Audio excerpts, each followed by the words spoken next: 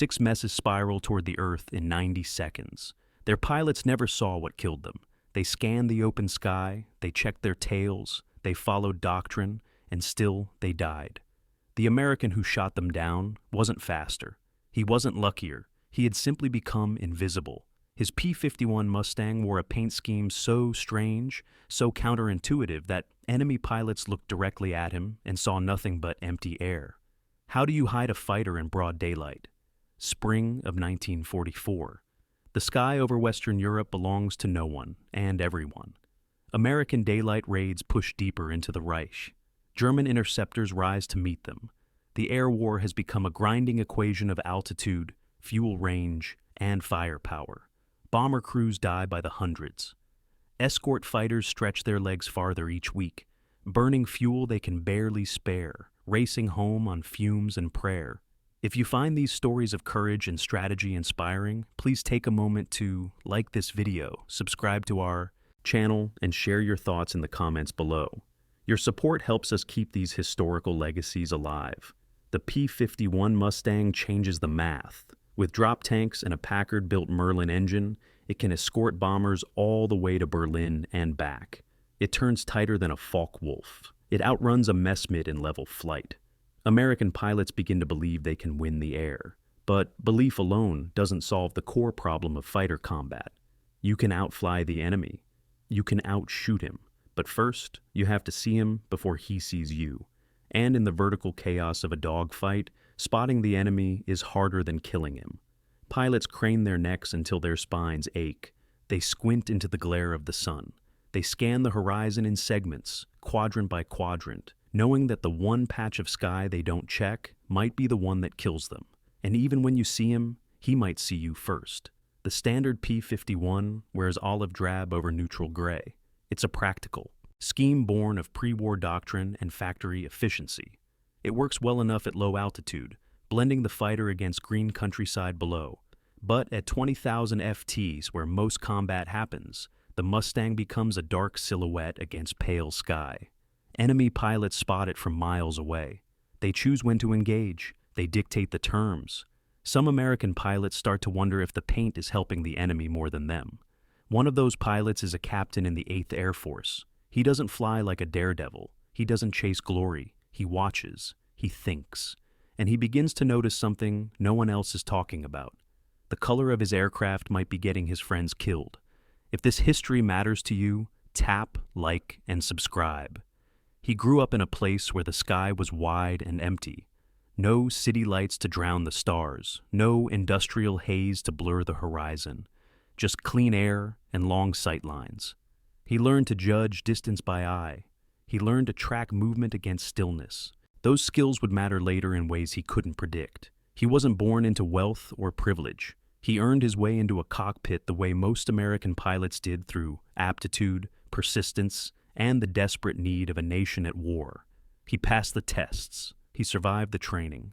He learned to fly the P-51 at bases scattered across the American South, where instructors drilled him on energy management, gunnery, and formation discipline. They taught him to think in 3 dimensions. They taught him to kill efficiently, but no one taught him to question the color of his airplane. He shipped overseas in early 1944. By then, the 8th Air Force had grown into a machine of terrifying scale. Hundreds of bombers, dozens of fighter groups, an entire aerial army built to dismantle the Third Reich, one mission at a time. He joined a squadron that had already lost men. He slept in their bunks. He flew their repaired aircraft. He learned their names from the mission boards and never spoke them aloud. The first time he escorts bombers deep into Germany, he understands the stakes. Flak bursts in black clusters along the bomber stream. Fighters dive from the sun. Radio chatter dissolves into static and screaming. He fires at a Focke-Wulf and watches it snap roll into cloud. He doesn't know if he killed it. He doesn't have time to wonder. What stays with him isn't the violence. It's the moment just before. The instant when an enemy fighter materializes out of nowhere, already firing, already committed. He replays it in his mind. Where was it? Why didn't he see it sooner? He starts paying attention to what he can see and what he can't. He watches other P-51s in formation. He notices how the olive drab fuselage stands out against high-altitude haze. He notices how the dark wings create a sharp contrast against clouds.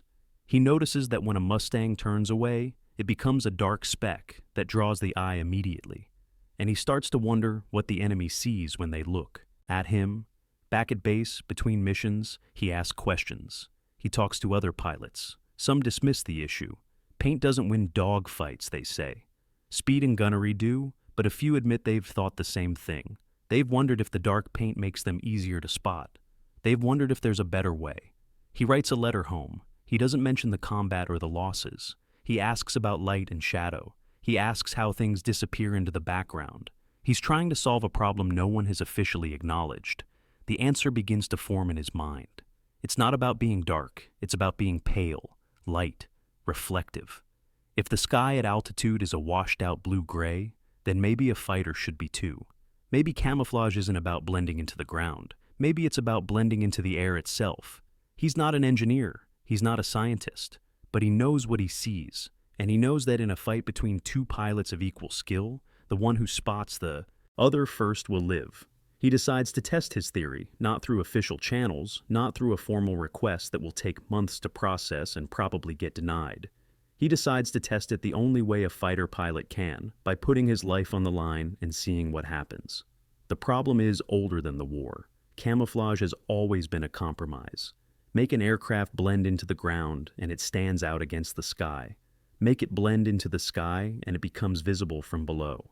Doctrine says to paint fighters dark on top and light underneath. That way, an enemy looking down sees dark. An enemy looking up sees light. In theory, it works both ways. In practice, it works neither way. Fighter combat in 1944 happens at altitudes where the ground is irrelevant. Pilots don't look down. They scan the horizon and above.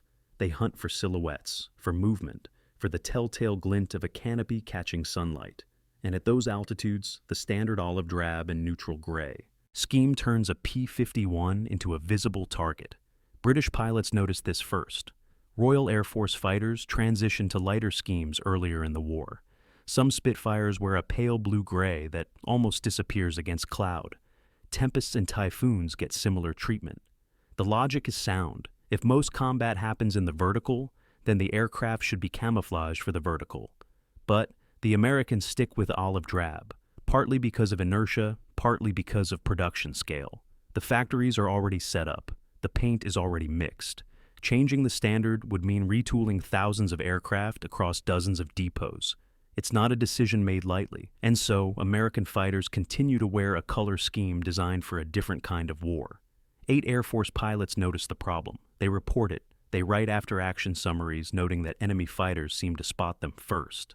They request lighter paint. Some units experiment on their own using whatever paint they can scourge from depot stocks. A few P-51s get repainted in non-standard colors. A few P-47s go silver. But there's no coordinated effort, no official study, no tactical doctrine. The captain knows this. He knows that if he wants a different paint scheme, he'll have to make it happen himself. He'll have to convince his crew chief. He'll have to find the paint. He'll have to prove that it works. And he'll have to do it without getting grounded. He starts by observing. He watches the sky at different times of day. He watches how clouds change color with altitude. He watches how sunlight washes out, contrast at 20,000 FT. He watches other aircraft and notes which ones disappear into the background and which ones stand out. He concludes that the ideal color is a pale, almost white gray. Not bright, not reflective, just light enough to match the high-altitude haze that dominates the European sky. Light enough to make an enemy pilot's eye slide past without catching. Shees talks to his crew chief. The chief listens. He's seen enough aircraft come back shot to hell. He's seen enough empty hard stands. If a new paint job might help, he's willing to try. The problem is finding the paint. Olive drab is standard issue. Light gray is not. The captain checks depot stocks. He talks to supply sergeants. He trades favors. He sees. Eventually, he finds what he needs. Not military paint, not even aircraft paint. Just pale gray primer intended for undercoats. It's thin, it's not durable, but it's the right color. They wait for a maintenance window, a day when the weather's too bad to fly, when the rest of the squadron is grounded and no one's paying attention. The crew chief and his team strip the olive drab from the captain's P-51. They sand it down. They apply the pale gray in thin coats, working fast, hoping it dries before someone notices. By the next morning, the Mustang looks wrong. It looks naked. It looks like it's wearing primer instead of a proper finish. Other pilots walk past and stare. Some laugh. Some ask if he's planning to finish painting it. He tells them it is finished. He tells them to watch what happens. No one believes him. The first mission after the repaint is a bomber escort to Magdaburg. The weather is clear, visibility unlimited, the kind of day where enemy fighters will be waiting. The captain takes off with his flight, 4 P-51s in loose formation, 3 in standard olive drab, 1 in pale gray. They climb through the cold morning air. They form up with the bomber stream. They push east into Germany. At 20,000 FT, the pale gray Mustang begins to vanish. Not completely, not like magic. But when the captain glances at his own wing, he notices that it blends into the haze. It doesn't stand out. It doesn't draw the eye. It's just another piece of the sky. He wonders if the enemy sees the same thing. He doesn't have to wonder long. Contact comes an hour into the mission. A gaggle of Mesmet 109 diving on the bomber stream from the north. The American fighters break to intercept. The sky dissolves into a tangle of turning aircraft. Altitude bleeds away. Airspeed builds. The captain pulls hard, feeling the G-force press him into his seat. He lines up on a 109 and fires. The Messerschmitt breaks left and dives. And then something strange happens. Another 109 crosses in front of him, high to low, unaware. The enemy pilot should see him. The range is less than 1,000 yards. The angle is clear. But the Messerschmitt doesn't react, doesn't turn, doesn't evade. It just holds course, as if the pale gray P-51 isn't there. The captain closes the distance. He centers the gun sight. He fires a short burst. The 109 shudders and rolls inverted. The pilot bails out. The fighter spins toward the earth. Within seconds, another 109 appears. Same situation. The enemy pilot doesn't see him, doesn't react. The captain fires again. Another kill, then another, then another. The fight lasts 90 seconds, maybe less. The captain shoots down 4 messes in that span, maybe 6. The after-action report will list 4 confirmed, but in the chaos of the dogfight, he loses count. What he doesn't lose is the realization that something fundamental has changed. They're not seeing him. They're looking right at him and not seeing him. The pale gray paint is working. It's working better than he imagined. When he lands, the other pilots crowd around. They saw the kills. They saw him carve through the enemy formation like a ghost. They want to know what happened. They want to know how he did it. He points to the paint. He tells them the Mesmet pilots never saw him coming. He tells them the color made the difference. Some of them still don't believe it. They think it was luck. They think he just flew better. But a few start asking their crew chiefs about paint. The squadron commander hears about it. He's skeptical. Paint doesn't win fights, he says. Training does. Discipline does. But he agrees to review the gun. Camera footage. He agrees to listen. The footage shows exactly what the captain described. Enemy fighters crossing in front of the pale gray P-51 without reacting. No evasive maneuvers, no defensive breaks, just straight flight, followed by bullets, followed by death. The commander orders 2 more Mustangs repainted, then 4 more, then the whole squadron. Within weeks, other squadrons start asking questions. Within months, the 8th Air Force begins a formal evaluation. The pale gray scheme, eventually designated sky blue or azure blue, starts showing up on more and more P-51s. The change isn't instant, it isn't universal, but it spreads and the kill ratios start to shift. The repaint becomes a ritual. Crew chiefs strip the olive drab, they sand the aluminum, they apply the pale gray in careful coats. The Mustangs emerge from maintenance looking strange and unfinished, like primer birds waiting for their final color. But the pilots who fly them start coming back with stories. They talk about enemy fighters that never saw them. They talk about bounce attacks from impossible angles. They talk about kills that felt too easy, too clean, as if the enemy had forgotten to look. One pilot describes a head-on pass with a faller wolf. Normally, a head-on engagement is mutual suicide. Both pilots see each other. Both open fire. Both try to break at the last second. But in this case, The Wolf holds course. It doesn't break. It doesn't fire. The American pilot realizes too late to abort that the enemy didn't see him. He fires a burst and pulls hard. The Wolf explodes in a spray of debris. He flies through the wreckage. Another pilot reports stalking a pair of messes for 2 full minutes before they notice him. He sits on their 6, closing the distance, waiting for the perfect shot. They never check their tails. When he opens fire, they scatter in panic. He shoots down both. The pattern repeats mission after mission. The pale gray Mustangs become wraiths. They slip into enemy formations unseen. They fire from ranges that should be suicidal, and they survive. It's not invincibility. The paint doesn't stop bullets. It doesn't improve engine performance or turn radius, but it buys time. It buys the 1 or 2 seconds a pilot needs to line up a shot. And in air combat, 1 or 2 seconds is the difference between life and death. The captain flies 20 more missions in his pale gray Mustang. He adds to his tally. He watches other pilots do the same. He sees the squadron's loss rate drop. Not to 0, never to 0, but enough that fewer bunks sit empty, enough that fewer names appear on the casualty lists. He also sees resistance. Some pilots refuse to repaint. They think the pale gray makes them look unfinished. They think it's bad luck. They prefer the traditional olive drab, even if it makes them more visible. The captain doesn't argue. He just keeps flying. He lets the results speak. By summer of 1944, the 8th Air Force begins issuing guidance on camouflage schemes. The official recommendation is a light blue-gray for air superiority fighters. Not a mandate, not a requirement, just a recommendation. But it's enough. Squadrons start repainting. Depots start mixing the new color. The factories start applying it to new build Mustangs before they ship overseas. The change spreads to other theaters. Pacific P-51s get similar treatment. Pale gray over light blue, sometimes bare metal. Anything to reduce visibility against the sky. The logic is the same. If the enemy can't see you, they can't kill you. The captain never claims credit. He doesn't write a report. He doesn't seek a medal. He just flies his missions and comes home. His crew chief maintains the pale gray finish. They touch it up after every flight. They keep it smooth and even. They treat it like armor because in a way, it is. Other pilots start calling the pale gray Mustangs ghost planes. The name sticks. It spreads through the 8th Air Force and beyond. Ghost planes, invisible fighters, the machines that enemy pilots can't see. The captain hears the nickname. He doesn't mind it, but he knows the truth. The paint didn't make him invisible. It just made him harder to spot. It gave him an edge. In a war of inches and seconds, an edge is everything. He finishes his tour in the fall.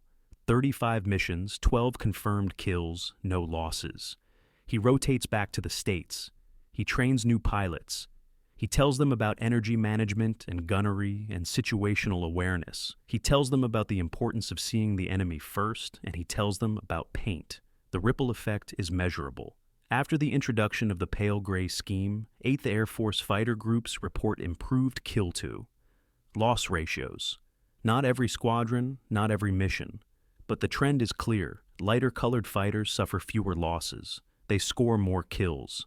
They return from deep penetration missions with less battle damage. The data isn't perfect. Combat is chaotic. Variables overlap. It's impossible to isolate paint from tactics, training, and luck. But the anecdotal evidence piles up.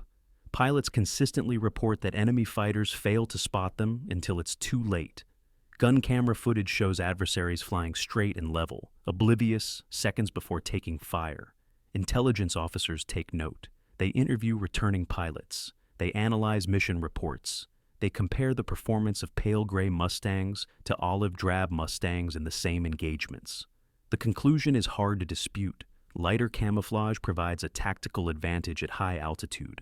By late 1944, most new P-51s roll off the production line in bare metal, aluminum skin, polished and clear-coated. It's lighter than paint. It's easier to maintain, and it's nearly as effective as pale gray. The natural metallic sheen blends into high-altitude haze almost as well as pigment. Some squadrons still prefer light blue-gray. Others go full bare metal. The choice becomes a matter of preference and availability. But the principle remains. Visibility matters. Camouflage isn't about hiding from the ground. It's about hiding from the enemy's eye. The lessons extend beyond paint. American tacticians begin to study visibility in all its forms. They study contrails and how to minimize them. They study formation spacing and how it affects detection range. They study the angle of the sun and how to use it for concealment. The pale gray Mustang becomes a case study in applied observation. One pilot's insight tested under fire reshaping doctrine. The Germans never fully adapt. Their fighters continue to wear dark splinter camouflage, grays and greens designed for low-altitude operations, effective against the ground, deadly visible against the sky. By the time Luftwaffe commanders recognize the problem, it's too late. They lack the resources to repaint entire fighter wings. They lack the fuel to train pilots in new visual search techniques. They lack the time. American fighters dominate the skies over Europe in the final year of the war. Not just because of numbers, not just because of training, but because they learned to see first and strike first. The pale gray Mustangs lead the way. They sweep ahead of the bombers. They hunt enemy formations. They rack up kills at a rate that defies pre-war expectations. The captain's squadron alone accounts for over 200 confirmed air-to-air victories between D-Day and VE Day. The pale gray Mustangs play a measurable role. Pilots who fly them consistently outperform pilots who don't. The difference isn't dramatic, but it's real. After the war, the U.S. Air Force retains the lessons. Post-war fighters wear light colors or bare metal. Air superiority gray becomes standard. The principle endures through Korea, Vietnam, and beyond.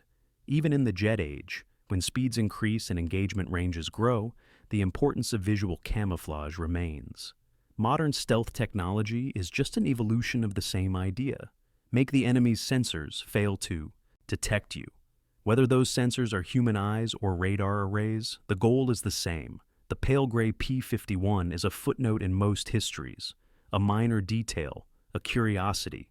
But for the pilots who flew them, it was something more. It was proof that observation matters, that questioning doctrine matters, that one person paying attention can change the course of a war. Years later, long after the guns fell silent, the captain returns to England. He visits the airfield where he flew.